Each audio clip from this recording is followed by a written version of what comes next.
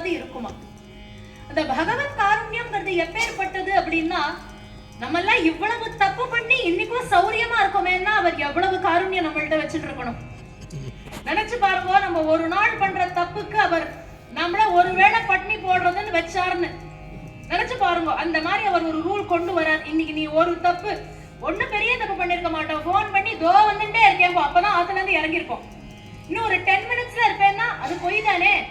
அப்ப இந்த பொய் சொன்னதுக்கு இன்னைக்கு உனக்கு டின்னர் கட்டு அப்படின்னு பகவான் வச்சாருன்னா, நம்ம எல்லாம் எத்தனை வேளை சாப்பாடு ஒரு நாளைக்கு சாப்பிடுவோம்னு நினைக்கிறேன், ஒரு காபி கூட கிடைக்காது. நம்ம சொல்ற பொய்க்கும் நம்ம பண்ற பாவங்களுக்கும் எதுவும் கிடைக்காது நமக்கு. ஆனா பகவான் எப்படி தெரியுமா, குழந்தை தானே பாவம், அவன் ஏதோ தப்பு பண்ணிட்டு போறான், பண்ணிட்டு போட்டும், அதுல இருந்து அவரை வெளியில கொண்டு வரதுக்கு என்ன மார்க்கம்னு கருணையோடு அங்கேந்து இங்க இறங்கி வந்து நம்மள கைப்பிடிச்சு கூட்டிட்டு போவாரே வழிய நம்மள கைய விடுற பழக்கம் அவருக்கு கிடையாது. அப்படிப்பட்ட காருண்யம் கொண்ட இறைவன் என்று சொல்லும் பொழுது ஒரு அவதாரம் அல்ல, மத்ஸ்ய அவதாரம், கூர்ம அவதாரம்னு ஒரு அவதாரத்திலேயும் அத்தனை பெருமைகள் உண்டு. அதுல பகவான் எடுத்த 2 சிரேஷ்டமான அதிகமான காலங்கள் அவர் இந்த பூமியில வாழ்ந்து எல்லாரோடையும் இருந்து கரை சேர்த்து தர்மத்தை நிலைநாட்டிய 2 அவதாரங்கள், ஒன்னு ஸ்ரீ ராம அவதாரமும் மற்றொன்று ஸ்ரீ கிருஷ்ண அவதாரமும். எப்பொழுதும் சொல்றதுதான், ராம அவதாரம் கிருஷ்ண அவதாரம்னு பேரை வழிய ஒண்ணுக்கொண்ணு பொருத்தமே கிடையாது. அவ்வளவு வித்தியாசங்கள் இருக்கு 2 அவதாரத்துக்கும். எதை இவர் தானே எடுத்திருக்காருன்னா பொருத்தம்னா ரொம்ப ஸ்வல்பமா இருக்கும். 2 பகவான் எடுத்திருக்கார், 2த்துலயும் தாயார் உண்டு, 2த்துலயும் தர்மத்தை நிலைநாட்டுறார், 2த்துலயும் அதர்மத்தை அழிக்கிறார், ஜனங்களோட ஜனங்களா இருக்கார், இப்படின்னு ஒரு 4-5 பொருத்தங்களை சொல்லலாமே வழிய மத்தபடி கேரக்டரிஸ்டிக்ஸ்ல இருந்து எது எடுத்துட்டாலும் நிறைய வேரியன்ஸ் பார்க்க முடியும். ராமபிரான எடுத்துட்டோம்னு சொன்னா ரகுகுலத்தவர்களுடைய பேச்சே ரொம்ப அளவானதுதான், ஜாஸ்தி பேசிடவே மாட்டா வாழலாம். ஏன் பேச மாட்டா அப்படின்னா, பொய் வந்துடுத்துனா என்ன பண்ணுறது, துளி ஜாஸ்தி பேசி அதுல திருண்டு பொய் கலந்துடுத்துனா பயந்து பொய் பேசாதவர்கள் ரகுகுலத்தவர்கள். ஆனா கிருஷ்ணாவதாரம் எடுத்து பாருங்க, பொய்ய சொல்லியே ஒரு அவதாரத்தை ஓட்ட முடியும்னா அது கிருஷ்ணாவதாரம். சொல்லியிருக்காரு, நான் சொல்லப்படாதான்னு கேட்போம். ஆனா கிருஷ்ணர்கிட்ட பொய்ய உண்மையாக்குற தன்மை இருந்தது, நம்மள்ட்ட அது இருக்கான்னு யோசிக்கணும். அவர் எது பொய் சொன்னாலும் இன்னைக்கு அமாவாசைன்னா ஆயிட்டு அப்படி இல்லையா, நம்மளால பண்ண முடியுமா? நம்ம ஆடி அமாவாசை இன்னைக்குதான் கொண்டாடும், இன்னைக்குதான் நம்ம அதுக்கு பண்ண வேண்டிய காரியங்கள் என்னென்ன இருக்கோ அத்தனையும் இன்னைக்குதான் நம்ம பண்ணி ஆகணும். எனக்கு ஆசையா இருக்கு இன்னைக்கு நான் ஊர்ல இல்லைங்கிறதுக்காக நாளைக்கு அமாவாசையே வானா வராது, நேத்தியே வந்துடும்னா வராது. ஆனா பகவான் கிருஷ்ணர் நினைச்சா அமாவாசை மாறும். அப்படி தெய்வத்தினுடைய ஒரு காருண்யத்தை நாம் அனுபவிக்க அனுபவிக்க நமக்குள்ளேயே சந்தோஷம் பெருகுகின்றது. அதிலும் ராம பக்திக்கு ஈடு இணை கிடையாது, ராமனுக்கு இணையான ஒரு தெய்வமும் கிடையாதுங்கிறார். அதனாலதான் ஆழ்வார் கண்ணனை பற்றி கொட்டி கொட்டி பாடியிருக்கா. ஆனால் கூட கற்பார் ராமபிரானை அல்லால் மற்றும் கற்பரோன்னு கேட்டார். யாராவது வாழ்க்கை எப்படி வாழணும்னு தெரிஞ்சுக்கணும்னா எந்த கூகுள போகணும்னா அது சாக்ஷாத் ராமன் அப்படிங்கிற ஒரு பெரிய கூகுள்குள்ள போயிட்டோம்னா ராமபிரான் எப்படி தர்மத்தை நிலைநாட்டினார், ஒரு மனுஷியனா அவதாரம் பண்ணியாச்சுன்னா எப்படி வாழணும்ங்கிறத காண்பிச்சிருக்க. ராமனுடைய குணாதிசயங்கள் ரொம்ப அழகு. எல்லாத்துலயும் ஒரு பேலன்ஸ் சொல்லுவோம் இல்லையா, சமநிலையை ராமபிரான் ரொம்ப விட்டதா சரித்திரங்களே கிடையாது. அது சந்தோஷமாக இருக்கட்டும், வருத்தமாக இருக்கட்டும், எதுவாக இருக்கட்டுமே. கம்பராமாயணம் சொல்லும் பொழுது சொல்கின்றது, முதல் நாள் ராமா உனக்கு ராஜ்யம்னு கூப்பிட்டு சொல்லிடுறா, மறுநாளே கூப்பிட்டு உனக்கு ராஜ்யம் கிடையாது, வனவாசத்துக்கு கிளம்பு, மர ஊறி தரித்து கொண்டு வனவாசம் நீ கிளம்பி ஆகணும், பரதன் ராஜ்யத்தை பார்த்துக்கட்டும் அப்படின்னு சொன்னா எல்லாருக்கும் கோபம் வரணும் இல்லையா? கேட்கிற நமக்கு கோபம் வருது, எங்க ராமனுக்கு இல்லையான்னு அங்க இருக்கிறவாளுக்கெல்லாம் கோபம் வந்தது. ஆனா ராமபிரானுக்கு கோபம் வந்ததான்னு கேட்டா கிடையாதா. ஆஹா, இதை விட ஆனந்தம் எனக்கு என்ன இருக்க முடியும், பரத நரசாட்சி அழகா பண்ணட்டுமே, அம்மா அப்பாவோட ராஜ்யம் ரொம்ப விஷாலம், நாட்டை பரதன் பார்த்துக்கட்டும், காட்டை நான் பார்த்துக்கிறேன். அதோடு அது எப்படி இருந்ததுன்னார் கம்பர் எழுதுறார், மலர்ந்த செந்தாமரைய விட மலர்ந்த அழகா இருந்ததாம் ராஜ்யம் உனக்கு இல்லைன்னு சொன்ன போது. ராஜ்யம் உனக்குன்னு சொன்னப்ப இருந்த முகத்தை விட ராஜ்யம் உனக்கு இல்லைன்னு சொல்றச்ச ராமர் அழகா இருந்தாரா இன்னும். அந்த அளவுக்கு எது நடக்கணுமோ அது நடந்துத்தானே ஆகணும்ங்கிற அந்த ஒரு அக்செப்டன்ஸ் ராமனுடைய சரித்திரத்துல இருந்து நம்ம நிறைய எடுத்துக்கலாம். நீங்க யோசிச்சு பாருங்க, இதுல ஏதாவது ஒண்ணு நமக்கு நடந்தா எப்படி இருக்கும்? நேத்தி கூப்பிட்டு சொல்றா, சார் நாளைக்கு நீங்க தான் வைஸ் பிரசிடென்ட், நாளைக்கு உங்களுக்கு லெட்டர் வந்துடும்னு சொல்றா. ராத்திரி வரைக்கும் வெயிட் பண்றோம், லெட்டர் வரல. என்ன சார் மெயில் வரும்னு பாத்துட்டு இருந்தே வரல. அது ஒண்ணும் இல்ல, அவ வேற ஒருத்தரை அப்பாயிண்ட் பண்ணிட்டாலாம், உங்களுக்கு அடுத்த தரத்துல பாத்துக்கிறேன்னு சொன்னா நமக்கு எப்படி இருக்கும்? ஒரு வைஸ் பிரசிடென்ட் போஸ்ட் அவ்வளவுதான், அதுக்கே நமக்கு அவ்வளவு வருத்தம் வருங்கிறச்ச அரசாட்சி உனக்கு கிடையாதுன்னு சொல்றச்ச ராமன் அதை ஏத்துண்டார். சரி, வனவாசம் போனார். வனவாசம் போனாலாவது ஆத்மாமியோட ஆனந்தமா இருக்கலாமான்னா அந்த அம்மாவையும் ஒருத்தர் தூக்கிட்டு போறார். அப்ப அந்த நேரத்திலையும் எந்த ஒரு சமநிலையும் தவறாது இருக்க, எல்லாத்தையும் விட ரொம்ப அழகான இடம். ஏன் ராமனை தெய்வம்னு கொண்டாடுறோம்? மனுஷனா தானே வந்தார். மனுஷனா வந்தவரை ஏன் தெய்வம்னு கொண்டாடுறோம் அப்படின்னா, ஒரு இடம் ரொம்ப அழகான இடம். உதாரணத்துக்கு எடுத்துக்கலாம். கடைசியில இந்திரஜித்த வதம் பண்ணியாரு இல்லையா? இந்திரஜித்த இளைய பெருமாள் லக்ஷ்மண சுவாமி வதம் பண்றார். அப்படி வதம் பண்ணின உடனேவே இந்திரஜித் சடலமாக அப்படி கிடக்கார் யுத்த பூமியில. ரத்தமும் சதையும் எங்கு பார்த்தாலும் வெள்ளப்பெருக்கு அப்படி இருக்கு. இந்திரஜித் அப்படி கடந்து இருக்கா. எப்பேற்பட்ட வீரன் இந்திரஜித்! சாமானியப்பட்டவனா? அவனுக்கு எவ்வளவு பராக்கிரமம் இருக்குங்கிறது முதல்லயே நமக்கு தெரிஞ்சிடும். ஏன்னா லக்ஷ்மணன் முதல்ல சக்தி ஆயுதம் பிரயோகம் பண்ணி அதெல்லாம் ஆனதுக்கு அப்புறம் தானே இந்திரஜித்தை அவர் வதம் பண்றார். அப்ப அவ்வளவு பெரிய பலசாலிய வதம் பண்ணிட்டோம், அவ்வளவுதான், இனிமே வெற்றி நம்ம பக்கம்னு அத்தனை வானரங்களும் ஆரவாரம் பண்ணிட்டு. ஏன்னா மெயினான ஒரு ஆளை எடுத்தாச்சுன்னு சொன்னா ஆட்டோமேட்டிக்கா வெற்றி வா பக்கம் தானே. கிட்டத்தட்ட 90% நாங்க யுத்தத்தை ஜெயிச்சுட்டோம். அப்ப எவ்வளவு சந்தோஷம்! மொத்தத்தும் ஆரவாரத்தோடு இப்படி இருந்துருந்தாளா. ஆனா ராமபிரான் மட்டும் எந்த ஆரவாரமும் பண்ணாத அப்படியே நின்று இருந்தாராம். எல்லாரும் சந்தோஷமா இருக்கா, குதிக்கிறது வானரங்கள் எல்லாம் சந்தோஷமா இருக்கிறச்ச ராமபிரான் மட்டும் சந்தோஷம் இல்லாது அப்படி இருந்துட்டு இருந்தாராம். ஏன் அப்படின்னா, மற்றவர்கள் எல்லாருமே இந்திரஜித் வதமாகி கடந்ததை தான் பார்த்தா. ஆனா ராமபிரான் பின்னாடி நின்று இருக்கிற விபீஷணன் நினைச்சார். என்ன இருந்தாலும் விபீஷணன் யாரு? அப்பா ஸ்தானம் இல்லையா இந்திரஜித்துக்கு? அப்போ அவர் தோளில வளர்த்த பிள்ளாம இந்திரஜித், அவர் தோளையும் மார்லையும் சுமந்து அவன் வளர பார்த்த அப்பா அவர் சித்தப்பா இல்லையா விபீஷணன்? அப்ப அவாத்த குழந்தை பேருக்கு என்னதான் இந்த பக்கம் நின்னாலும் அவாத்த குழந்தை பிராணம் பேருக்குனா விபீஷணனுக்குள்ளுக்குள்ள என்ன துடிப்பு இருக்கும், என்ன வேதனை இருக்கும் விபீஷணனுக்கு. ஆனா விபீஷணனால அதை காமிச்சிக்க முடியாது. என் குழந்தை போயிட்டானேன்னு கதறி அழ முடியாது விபீஷணனால. ஏன்னா அவர் இந்த பக்கம் நின்று இருக்கார். அப்போ விபீஷணனுக்காக யோசிச்சாரா ராமபிரான். ஒரு வினாடி கூட ஆரவாரமோ சந்தோஷத்தையோ காட்டாது இருந்தார். அந்த மாதிரி இருந்ததுனாலதான் ராமனை தெய்வம்னு சொல்றோம். எந்த நேரத்திலையும் அந்த நிலையை இழக்காது இருக்கும் அந்த ராமபிரானை நாம் ஸ்மரணம் பண்றதை விட வேறு எது நமக்கு நல் பேரை தர போறது. அப்படி தியாகராஜ சுவாமியினுடைய கீர்த்தனத்துல சொல்லும் பொழுதே ராமபக்தி என் தோணுட்டார். ராமபக்திங்கிறது எவ்வளவு பெரிய விஷயம், சாமான்யமா யோசிச்சு பாருங்க. கபி வாரிதி தாட்டுனான்னு. கபினா குரங்கு. குரங்கால கடலை தாண்ட முடியுமா? மரத்துக்கு மரம் வேணா தாண்ட முடியும். கடலை ஒரு குரங்கு தாண்டது அப்படின்னு சொன்னா ராமபக்தி எப்பேற்பட்டது. அப்ப ராமபக்தி எந்தோ கலிகி ரோட கட்டுனா அப்படின்னு பாடுகின்றார். எத்தனை நாமங்கள் இருந்தாலும் ராம நாமத்துக்கு ஈடு இணையே கிடையாது. அதனாலதான் பத்ராச்சலம் சுவாமிகள் பாடும் பொழுதே எந்த ருச்சிரா ராமா ஏன்னரப்பனர் கண்டிரப்ப வலனு காச்சு நாம. கண் இருக்கு இல்லையா, இந்த கண்ணுக்கு மேல இமைன்னு ஒண்ணு இருக்கு. நம்ம அதை ரியலைஸ் கூட பண்ண மாட்டோம். எப்ப ரியலைஸ் பண்ணுவோம்னா கண்ணுக்குள்ள தூசி போகிறச்சதான் அதை ரியலைஸ் பண்ணுவோம். அந்த இமை தன் வேலையை பார்த்துட்டே தான் இருக்கும். அது சிமிட்டுறபடி சிமிட்டின்னு இருக்கும். ஒருவேளை அந்த இமைக்கு தெரிஞ்சுடுத்துனா பாதி நேரம் அது தூசியை உள்ளே விடாது. அதையும் மீறி ஏதாவது உள்ள போகும். இவர் சொல்றார், கண்ணிமை கண்ணை எப்படி காக்கின்றதோ அதுபோல் ராம நாமம் நம்மை ரட்சிக்குங்கிறார். அப்படிப்பட்ட நாமம் எவ்வளவு ருச்சியானது. நமக்கெல்லாம் ஏதாவது டேஸ்டா இருந்தா தானே பிடிக்கிறது, டேஸ்ட் இல்லைன்னா பிடிக்காது. அப்ப ராம நாமத்தினுடைய ருச்சியா பத்ராச்சலம் சுவாமிகள் சொல்ற, நீங்க என்னவோ அது வாழைப்பழம் மாதிரி இருக்கும்னு நினைக்கிறேடா, கிடையாது. திராட்சரசம் மாதிரி டேஸ்ட் இருக்கும்னு நினைக்கிறேடா, அதுவும் கிடையாது. ஏன்னா அவர் என்ன பண்றாரா, அதையும் சாப்பிட்டு பாக்குறார். ராமான நாமாவை சொல்லி பார்த்தாரா. இந்த ராமாங்கிற நாமத்தை சொன்ன உடனே வாழைப்பழத்தோட ருச்சியெல்லாம் அடி வாங்கிடுறதான் அந்த நிமிஷமே. ஏன்னா ஒஸ்தியான மாம்பழம் கிடைக்கிறதுன்னு சொல்றா. இமாம் பசந்த் வந்து மல்கோவால இருந்து எத்தனை மாம்பழம் இருக்கு எல்லாத்தையும் சாப்பிட்டு பார்த்தாச்சு. அத்தனை மாம்பழத்தையும் சாப்பிட்டுட்டு ராம் ராம்னு சொன்னா ஆமோட அழகு, ஆமோட ருச்சி போயிடுறது. ராம் ருச்சி தான் நாக்குல நம்ம ஒட்டிக்கிறதா. அந்த மாதிரி ராம நாமத்தினுடைய ருச்சி அதிரச மகு நாமம். இதை விட ருச்சியா நான் எங்க போறது ஒரு நாமத்தை தேடிண்டு? ஆஹா, நீங்க ருச்சி ருச்சின்னு சொல்றச்ச அப்பதான் எனக்கு பயமா இருக்கேன்னாரா ஒருத்தர். ஏன்னா ரொம்ப ருச்சியா இருந்தது அப்படின்னா நிறைய சாப்பிடுவோம். அப்ப நிறைய சாப்பிட்டுட்டா என்ன ஆகும்? அளவுக்கு மிஞ்சினால் அமிர்தமும் நஞ்சு இல்லையா?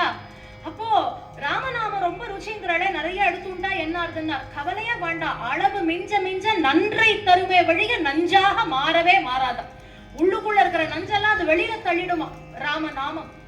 அப்படிப்பட்ட ராமநாமத்தை பல வாகேயக்காரர்கள் எந்நேரமும் ஸ்மரணம் பண்ணி அந்த ராமநாமம் அவர் வாழ்க்கையில எல்லை இல்லாத லீலைகளை எல்லாம் செய்ய வச்சிருக்கு, பல சித்திகளை கொடுத்திருக்கு.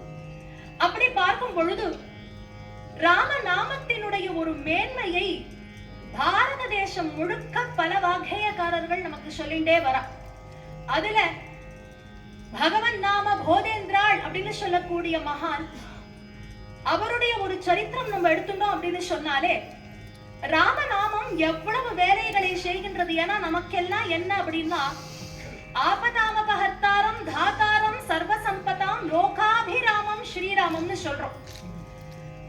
ஸ்ரீராம ராம ராமேதி ரமே ராமே மனோரமே சஹஸ்ரநாம தத்துல்யம் ராமநாம வராணனின் விஸ்வ சஹஸ்ரநாமம் நமக்கு சொல்றது கேனோபாயன. அப்படிங்கிறச்ச உபாயம் என்ன இருக்குன்னு கேக்குற.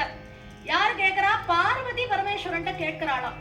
நம்ம குழந்தைகள் எல்லாம் பாவம் இல்லையா?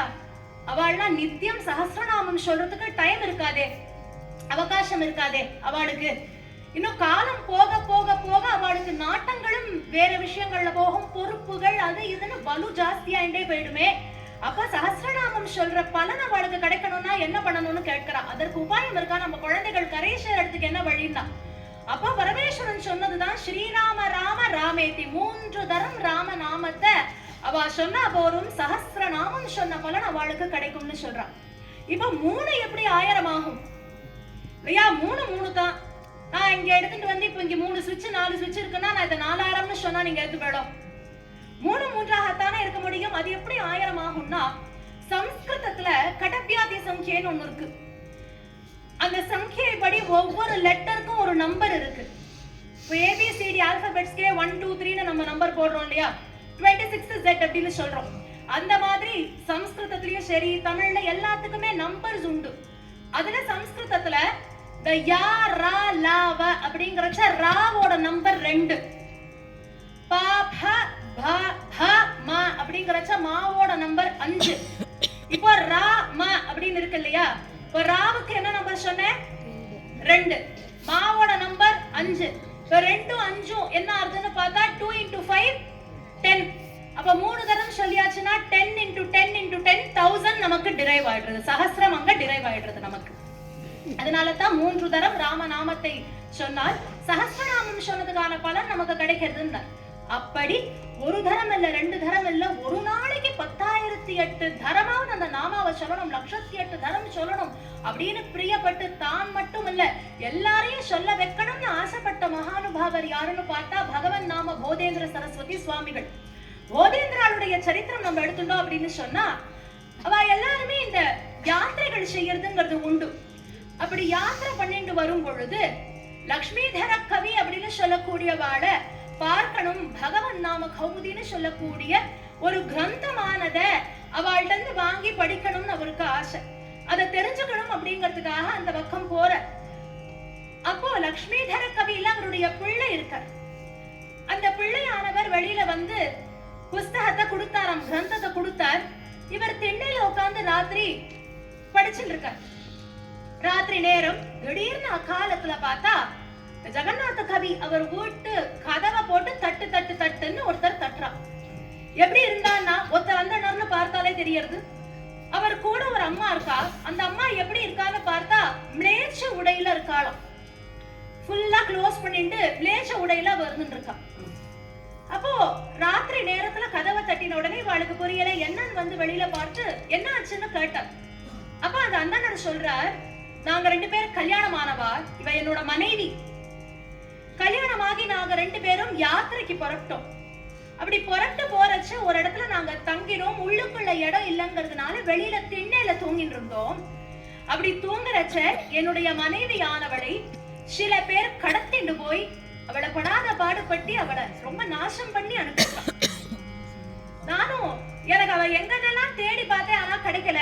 திடீர்னு ஒரு நாள் ஒரு கிணத்தடியில எப்படி இருந்து இருக்கிறச்ச அவ வந்து என்னிடத்துல பேசிட்டு சொல்றா, நான் உங்களோட வாழறதுக்கு இனிமே எனக்கு தகுதி கிடையாது, அந்த தகுதியை நான் இழந்துட்டேன், ஆனா உங்களுக்கு தாசியமாவது பண்ணிட்டு பக்கத்துல இருந்துட்டு போறேன்னா, உங்களுக்கு தாசியம் பண்ணிட்டு இருக்கேன், உங்களுக்கு பண்ண வேண்டிய சேவைகளை பண்றேன், ஏதோ ஒரு பாத்திரம் தேய்ச்சி கொடுக்கறதோ ஆத்த பெருக்கி கூட்டி கொடுக்கறதோ அந்த மாதிரி ஒரு வேலைகளை பண்ணிட்டு நான் இருக்கேனே அப்படின்னு கேட்கிறா.